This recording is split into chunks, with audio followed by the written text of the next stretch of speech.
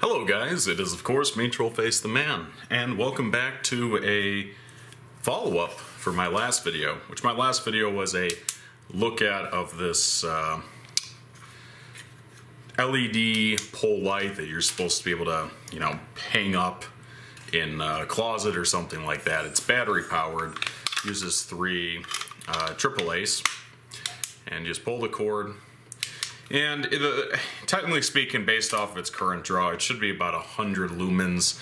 Realistically speaking, I would say it looks more like about 50, but it does have a very strong, aggressive diffusion filter on it. Like when you actually have it on, you basically can't tell that there's only a little center LED, so I don't know how much might be lost to the diffusion.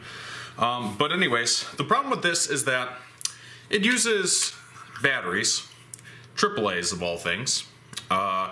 So best case, if you're using alkalines, decent alkalines, you'll get 3-4 hours, and then it's going to, of course, decrease in brightness as the batteries discharge. If you're using good nickel metal hydride batteries, you're probably going to get about 3 to 4 hours. A little bit dimmer, but it's going to stay the same brightness through pretty much its whole run course. Or if you're using super cheap nickel cadmium batteries like this, NICD batteries, you're gonna get about an hour out of it. So I always like messing around, and I think that this is due for a USB modification. So what I want to do is I want to take this light and convert it to running off of a USB plug or a USB power bank, which I had one around here, but I don't know what I did with it. I'll get that in a minute. So the caveat though is that I want to make it where it still can run off of batteries. So we're gonna take a look at this again, and I'll see how I can do the modification here. And if you want to see how this looks in action, I will link my previous video in the description below, where I actually show how it looks brightness wise. I take it apart, look at the internals a little bit, and compare alkalines to the nickel cadmium batteries, and just see how they would look like in a dark room. And it's not bad. It's not terrible. It's not going to be super bright though, but if you had like a dark shed outside, yeah, it'll work. The whole thing is that you're trying to balance battery life with brightness, and it's a decent median point. I mean, it's better than if you had an incandescent light, in which case the thing would last probably about 10 minutes off of these batteries and probably get you nowhere near the brightness. And by the way, the screws, even though this product was brand new, were already stripped, as I found out from the original video. So that's why I was having a little bit of a problem getting them off. So the construction of this is super simple. It literally is, and I learned that I do a little bit too much shaking around when I'm recording up close like this, so I'm gonna try and rest my hands on the table and avoid that. It literally is just a click switch that I'm gonna have to hold it here, but you can see that there is some like nylon that goes to this pull cord that when you pull, it clicks the switch, and it's literally just attached to a piece of plastic, and that just clicks on and off. And the switch is ran in series. It's coming from the positive of the battery pack, and that is going through the switch and then up through the LED. And the thing is that there is a 5.1 5 ohm resistor that is feeding or in series with the LED to limit the current. So yeah, and it should be, with that, it should be drawing about, sorry, I'm just looking at the channels here. It should be drawing about, with a 3 alkaline batteries, which should be about 4.8 volts, it should be drawing about 300 milliamps through the LED, which is going to put it just at about 1 watt. But the channels are really weird with this. So it's basically, there's literally just this whole half of the board is the positive, and then this whole half is the negative, and the LED is just soldered directly on there. So this bridges the two together. Wait. Yeah, okay. Sorry, actually, this is one section. That was my bad. This is one section that goes to here, that goes to the positive of the LED. And then this is the negative, which is this section right here. But it literally goes from here to here to here to here through the LED and then back out here. So the thing is when converting this to USB power, we have a bit of a problem because this 5.1 ohm surface mount resistor is basically made to provide about 300 milliamps to this LED if we have 3 fully charged alkaline batteries, which will equate to about 4.8 volts. But they're going to quickly drop in voltage, and the current to the LED is going to quickly, well, drop down. But even still, it should be operating right around 1 watt, which is what this LED is supposed to be rated for. But if we swap this to a 5 volt input, let's say if I were to solder a positive of the USB incoming here and then the negative here, and we were just to run 5 volts through here, it would probably be okay. We're going to be overrunning the LED a little bit above the 1 watt current, but the issue is that unlike with the alkalines that are only going to have it on that like too high current for a short period of time, this would be continuously running over spec and would probably burn out the LED very quickly. So I was thinking about the best way to resolve this issue.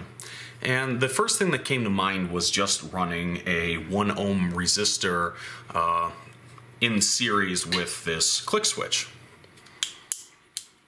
So we would have an additional 1 ohm, which would push the total resistance up to 6 ohms, which would be right about the sweet spot for having 5 volts instead of the 4.8. It's gonna keep the current below what the rating for this LED is, and should be okay.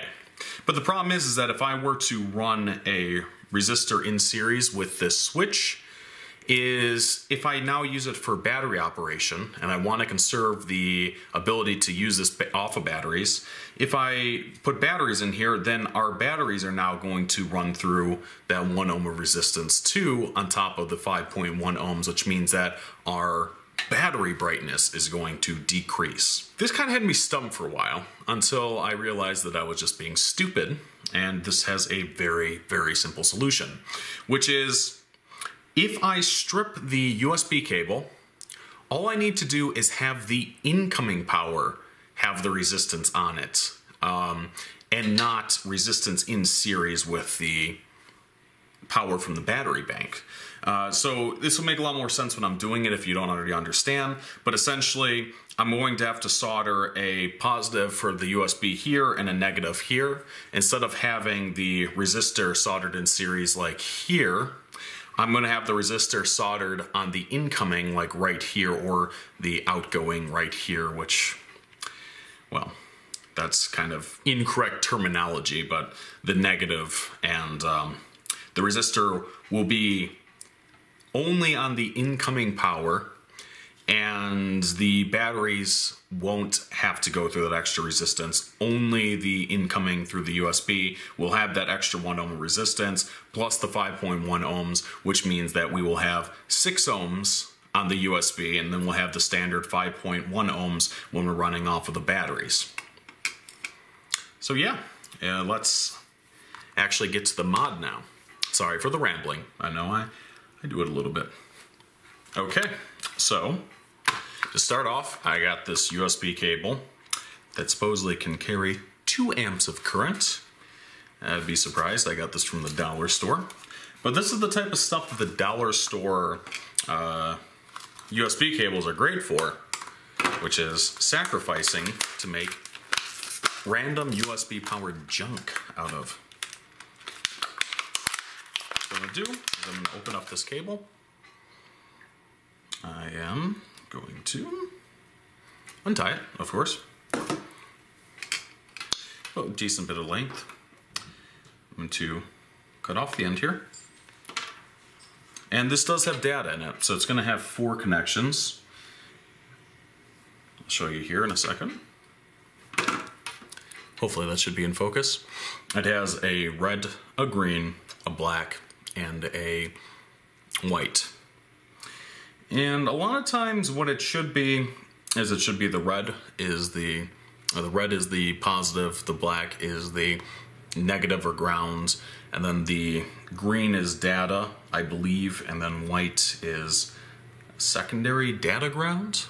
I could be wrong with that. Don't take my word for it.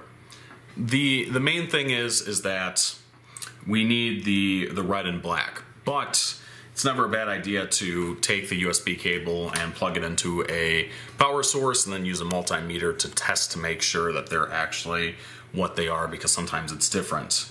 I can clearly see though that the red and black are the thicker of the wires, meaning that they should be the power and not just data. So what I'm going to do is I'm going to take the data here. I'm actually going to cut it. One of them all the way down to the base, and one of them close to the base, just making sure they're not in the same level so they can't touch. And I'm going to strip the black and the red here. So we now have the black and red connections exposed. I have a 1 ohm resistor here somewhere. Ah, here it is. I have a 1 ohm resistor here. It's a little bit big. I thought I had some smaller 1 ohms, but apparently I do not. So this is what I'm going to use. And basically I'm just going to connect it like this, in line with the USB input. So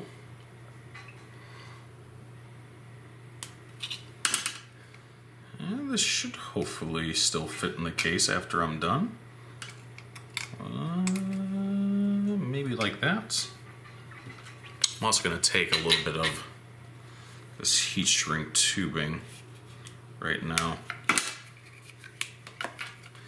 and put it on this USB cable so I don't forget, because I have a bad habit of forgetting. So once again, this is going to keep the resistance completely separate from the battery's resistance. This means that the resistance will only be in line with the USB input and not affect the batteries at all. Get a little solder on there. I pre-tinned this resistor just off screen, which means I just put a little bit of solder on it.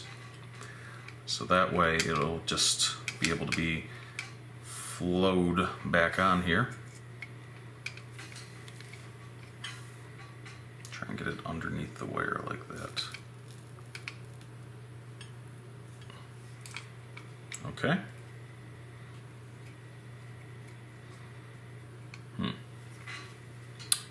Now I wonder, I could maybe run the input up the bottom like this. Now I think, maybe, but I do also want to fasten it in place somehow. I don't know if that would maybe be problematic.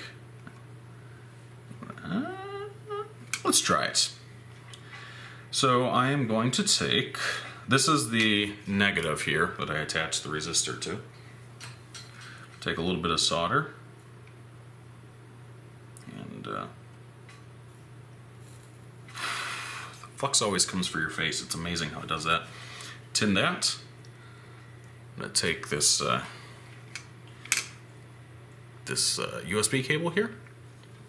Let me turn up the brightness a little bit.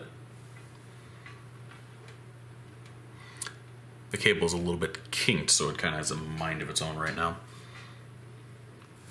Pull some solder onto there. I'll be right back. This, I believe, is the smallest heat shrink that I have, but it's probably still going to be too large. I guess I'll find out. Slide that on there. To make this a little bit easier, I can twist these together like so.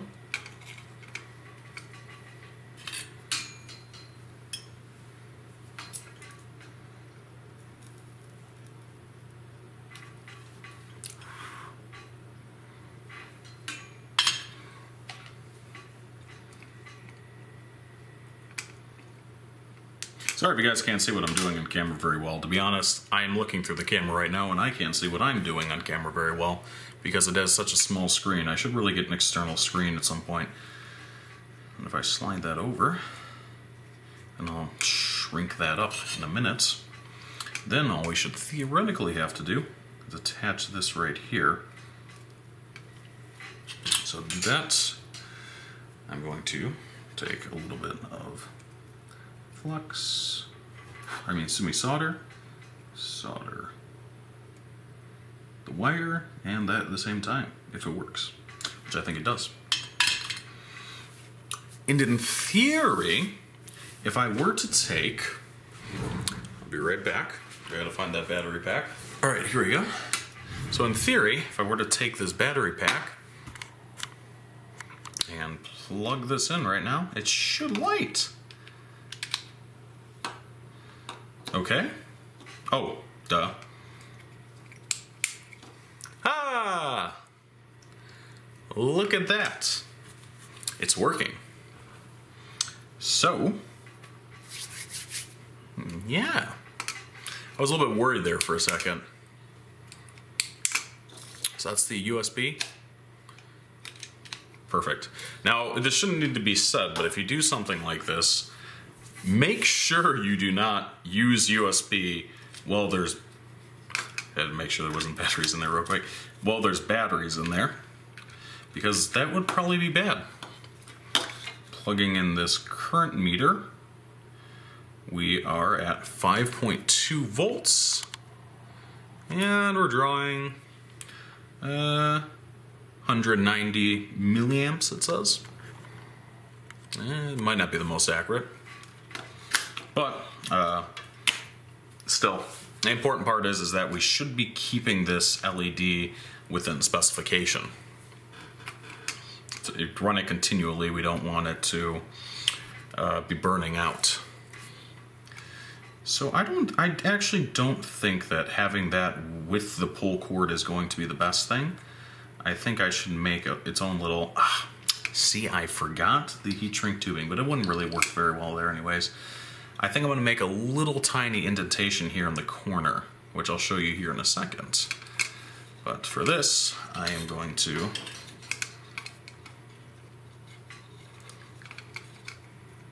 take my soldering iron, kind of use the heat of it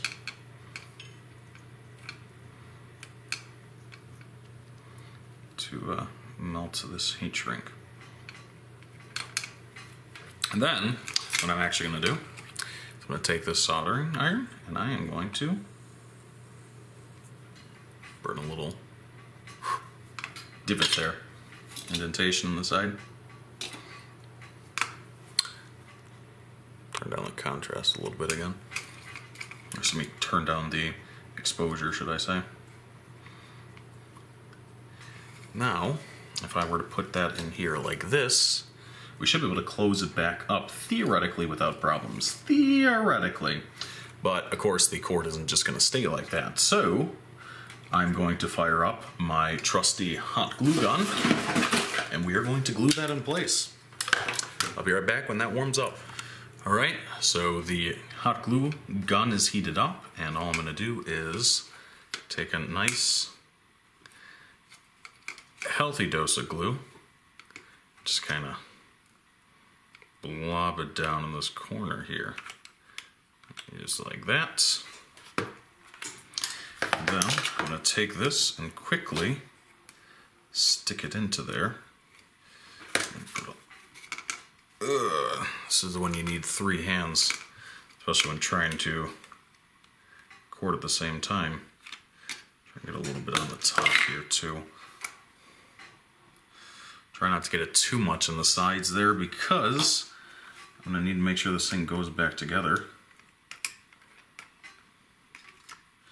But we do really want to make sure this sticks. You might notice that I moved the polyester cord out of the way before I started gluing to make sure that does not get stuck in this. Moving it back and forward just to make sure that it works its way in the surfaces. You don't want to do that though when it starts setting up, because otherwise you're going to potentially break some bonds that are starting to form. Alright, the hot glue is set up and it's actually quite strong. Well, I mean, it's not fully cured yet, but it seems like it's doing pretty good so far. Then didn't interfere with it. This is going to be what's going to break. I can pretty much guarantee you is that this pull chain, this cord, at some point this is going to snap. But anyways, so all there really is now to do is to stick this back together, which goes like this, and we zoom out now. We're done with the more tiny detailed stuff.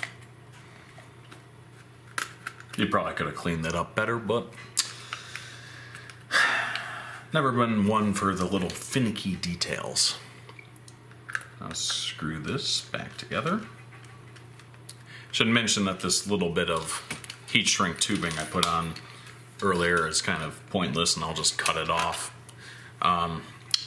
But without having the USB plugged in, I'm going to test to make sure that it still works with just regular AAA batteries. Because like I said, the whole goal of this is to make sure that it works both ways. So the regular AAA batteries still work, and then before testing it with a USB, I'm going to remove the batteries. This is very important because otherwise the batteries are going to try and power your USB bank, or your USB bank is going to try and charge the batteries, which either way is not going to be ideal. Now, if I plug in the USB bank and I try and power this on, look at that. And like I said, the great thing about this is that it doesn't just need to be a USB bank.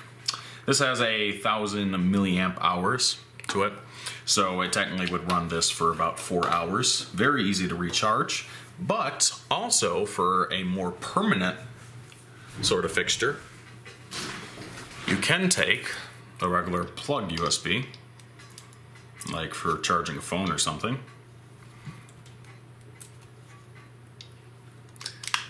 and you can plug it right into that and have a permanent USB powered light. Now you might ask, what would be the point of that? Why not just buy a USB powered light in the first place? That is a good question.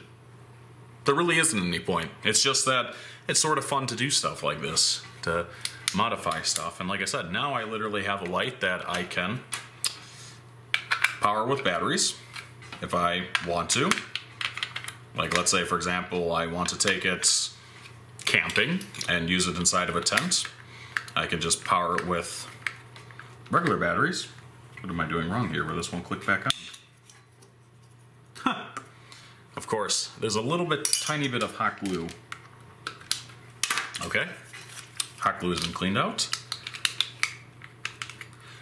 I can use it for regular battery operation like this, or even still, if we are camping and I don't want to run it off of this type of batteries, well, any battery pack will do. Like this USB power.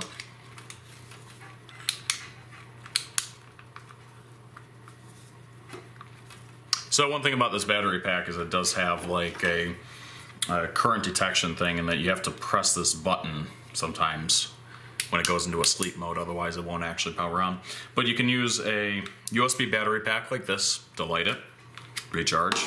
You could use it as a permanent night light, one that you made yourself. You could potentially even replace the LED in there on the chip with something that's like different colored. In a vehicle, if you needed a very low power consumption, but more of a area illumination. A lot of vehicles now have USB ports built right into the radio, so there's nothing to stop you from having this hung up on your mirror, let's say. Not while you're driving and not normally, but let's say if you're sleeping out in your vehicle or it's night, you want to read, or a lot of people, myself included, have spent a night in a vehicle at some point, and you could just wrap this cord right around the mirror, hang it there in your vehicle, plug the USB right into your radio or any other type of, a lot of times people have the little USB phone chargers, and have that hang in your vehicle and use that to see with. Like I said, it's such low power consumption that you don't really have to worry about, for example, it's draining your battery overnight or nothing. This is literally, like I said, when we plugged in the tester. Things are about to go dark here for a second.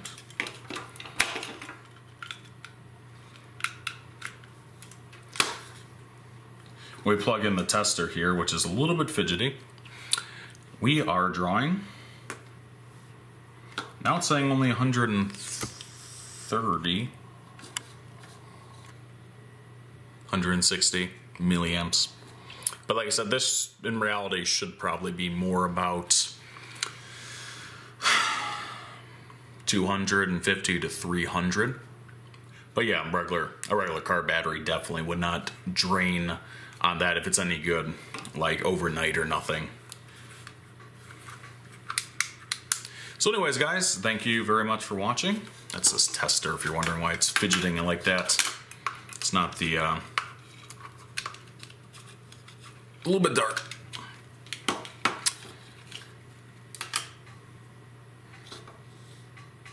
Sorry about that, it was the tester that was fidgeting like that because, I don't know, it's being stupid. I had that problem before. But yeah, so like I said, just a simple modification, making this a little bit more versatile, a little bit more practical, something that, oh, that's one last thing, forgot,